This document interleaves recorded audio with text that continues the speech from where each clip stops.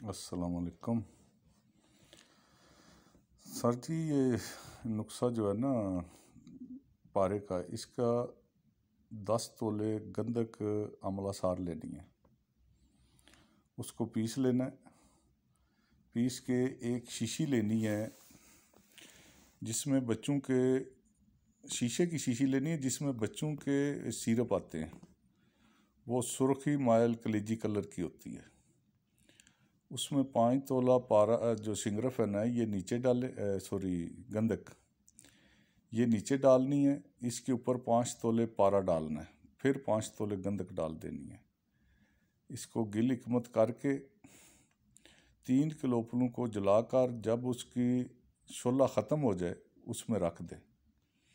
जब आग ठंडी हो जाएगी आप निकालेंगे और शीशी को खोलेंगे। ये आपको शीशी तोड़ना पड़ेगी, पहले खुरचें वो निकल आएगा, नहीं तो शीशी तोड़ के उसको निकाल लें।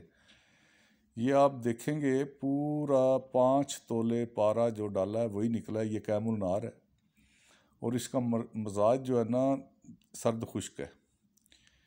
ये 2 चावल खुराक सुजाक वाले को देनी है और 2 चावल खुराक जो कमज़ोरी बा वाले को देनी है। ये जरियान इतलाम ये सब में काम करता है। ये मोतदिल नुस्खा बन जाता है जब शहद में आप देंगे। ऊपर से नीम गर्म दूध आधा किलो पिला दें। बस ये आप आगे देखेंगे। बाकी आप हुक्मा बेहतर जानते हैं, जो भी इससे काम लिया जा सकता है मजाज मैंने आपको बता दिया है, वो आप इस्तेमाल करें। इंशाअल्लाह ताला अल्लाह ताला आपको कामयाब करेगा और इंशाअल्लाह मरीज़ों को सेहत तंदुरुस्ती देगा। और ये काले यरकान वाले को भी दे सकते हैं। काले यरकान वाले को ये 21 खुराकें दे सकते हैं। वो भी आपका मसला जो है ना इससे बेहतर, काफ़ी बेहतर हो जाएगा, बल्कि ठीक हो जाएगा।